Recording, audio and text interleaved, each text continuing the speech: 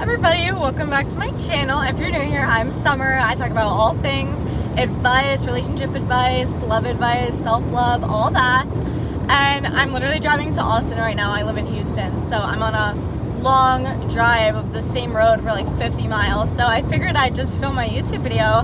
But topic of the day, it is September, and obviously this is like back to school. I know people have been in school now like a few weeks. I'm kind of behind, but I wanted to talk about how to get perfect grades in school.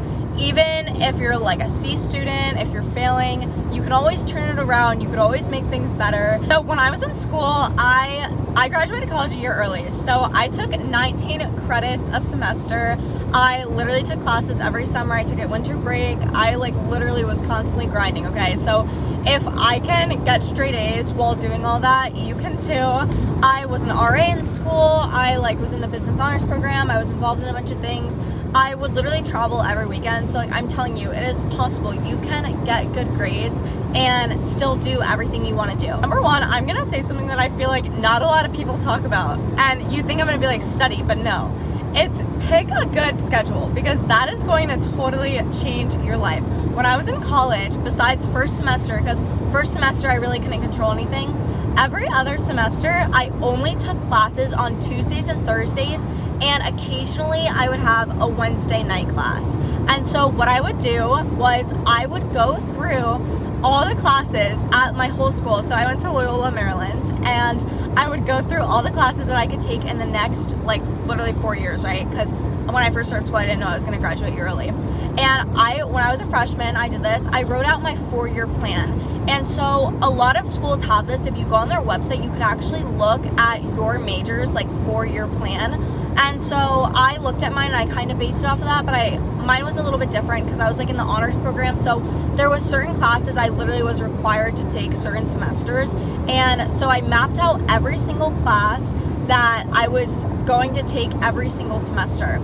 And so what I did was I obviously looked at all the classes for my major. I also had a minor at the time, so wrote down all the classes for my minor, and I would like categorize them, and I would ensure that I put the classes that I could take that school year, because at my school you would have to be in a certain grade to be like take certain classes. So I made sure like everything was mapped out, and then when I would go to schedule my classes, I would have backups. So I don't know if scheduling was like it's crazy at your school, but scheduling was like hell at my school. It was literally like you had to click the button the second your thing went off, or you did not get the classes you wanted. And so in order to get classes on only Tuesdays and Thursdays, you know, I had to have backups on Tuesdays and Thursdays. So what I would do was so literally like what I'm saying here is the classes that I took was literally dependent on if they were Tuesday and Thursday classes or once a week. I would not take Monday and Friday classes.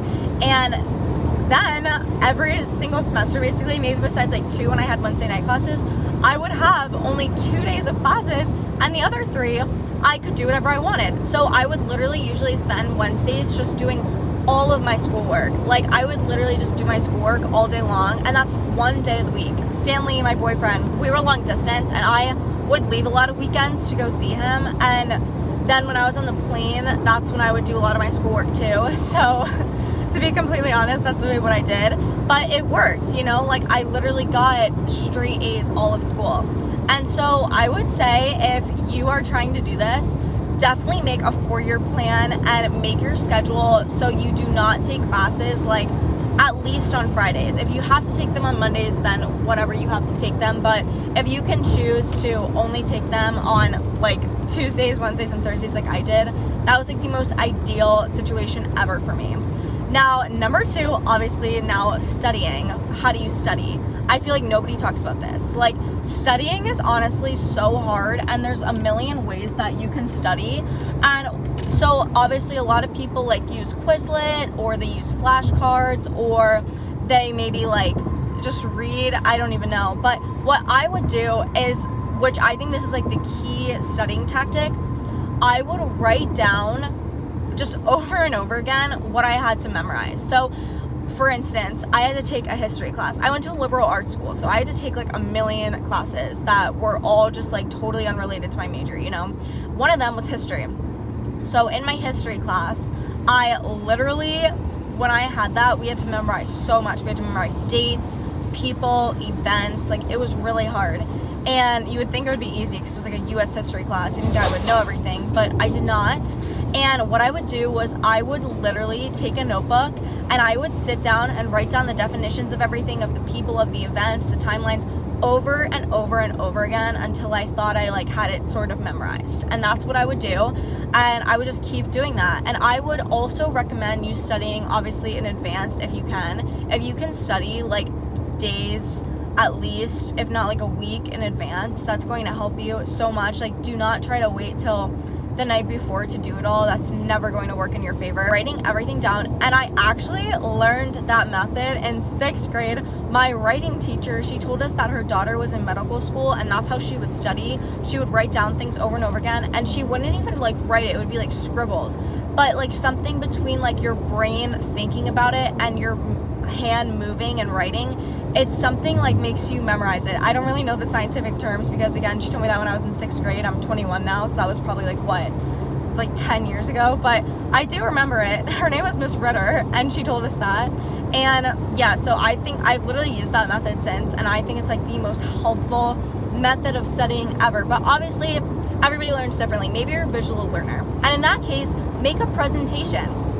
Or maybe it helps you to learn with other people. Get a group together and study. Like, figure out what works for you and then roll with it, because you know, if once you find what works for you, it's just gonna make your life so much easier. Number 3, time management. So again, how I was saying, I was able to like be an RA, I was in the business honors program, I was in a bunch of clubs at school. Then I also did content creation all of college. I traveled a lot. I did so many different things, and I had a lot of cool experiences and opportunities, and I never like passed up on them, and I always made the time to do everything. And so what I would really recommend is you need to have your priorities straight. And I know college is a lot about like having fun and like going out and like drinking, going to parties, like whatever it may be. I honestly was not like super into going out, and that obviously gave me a lot more time because I always woke up early. I never, I guess, you know, felt like hungover all day where I couldn't do anything. And I really just used all the time I had really to my advantage. I think that when you're in college, you should obviously have so much fun. It's like you're only in college once, but just know your priorities. Like, you don't have to go out Thursday, Friday, and Saturday. Like, I would really recommend, if you are struggling with your grades especially, or you want to get involved in things, want to have things for your resume, like plan to go out like once a week. Maybe plan to do something else with your friends certain weeks, like just going out to dinner or something.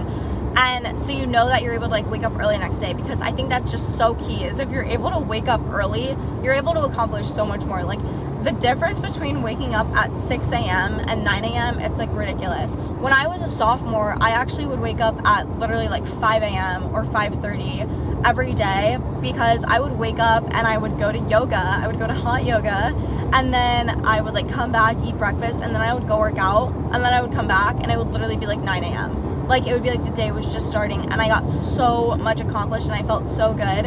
And obviously that's a really hard schedule to maintain. I did that probably for like a few months, and it was like the best experience ever. I felt so good. I was so productive. I felt like I was just so dialed in and laser focused, you know?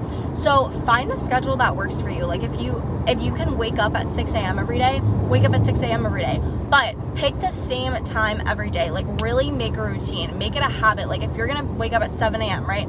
Wake up at that time every day and make it like a non-negotiable for yourself. Because if you are waking up the same time every day, then you're gonna naturally get tired at the same time every day. And that's just going to really help you overall with maintaining your energy levels throughout the day, feeling good throughout the day. Then you're gonna be focused in class, all of that. So now, once you have that routine of when you're waking up and going to sleep, stuff like that, time management. What I would do, this is gonna sound crazy, I would literally go to my notes app, and I'll try to like insert screenshots. I would write down my itinerary for every hour of the day. Basically, I would say like, okay, if I was waking up at 6 a.m., I'd be like, okay, 6 a.m., wake up, make breakfast, brush teeth, you know, like 6:30, go to gym. 6:30 to 7:30 workout. 7:30 to 8 o'clock, walk back from the gym. 8 o'clock to 10 o'clock, work on Spanish. I would literally do like hour by hour what I was doing all day long. And so that like made me so productive, because having time slots written out of what I was going to accomplish in that time period, it really just like made me focus more, it made me more productive, and it made me less overwhelmed, because I was like, I have so much to do, like I have no time to do it, versus like having a schedule of the time you have to do it. It makes it way better just for you and your brain and anxiety. That really helped me. The next thing I would say that I feel like people also do not talk about is, again, this goes back to seeing all the classes you have to take. You can take classes at most colleges. You could usually take like 2 a summer away from your school, and that means like community college, in-state college, so you could get cheap tuition, and you can just transfer the credits over and it won't impact your GPA. It will just say that you took the class. So it's kind of the same energy as when you take an AP class in high school and like the credits get transferred. But what I did was I couldn't do it my first summer because my parents had moved, and you have to be somewhere for a year to be an in-state resident. And so I didn't want to waste the money. But the other 2 summers I did do this. I took 2 classes last summer. I took 1 class this past summer, and I took 1 class this past winter. So I took 4 classes away from my school, and I just had the credits transferred over, so it didn't matter the grade I got in the class as long as I got above a C, and the credits just transfer, and then that goes towards your graduation. And so I picked the hardest classes. I took them at an in-state school where I'm from, and then it was way cheaper, first of all. Then it was way easier because the classes was completely remote. So at my school, we had a lot of like collaborative projects and like just things that you had to do in person. And I went in person like to all my classes. So this made it way easier. It was totally remote. The next tip I have is to balance your schedule in a way that you know you won't be overwhelmed. So what I would do is, there was, like I said, I was completely in person, but there was certain classes at my school that you could take remotely.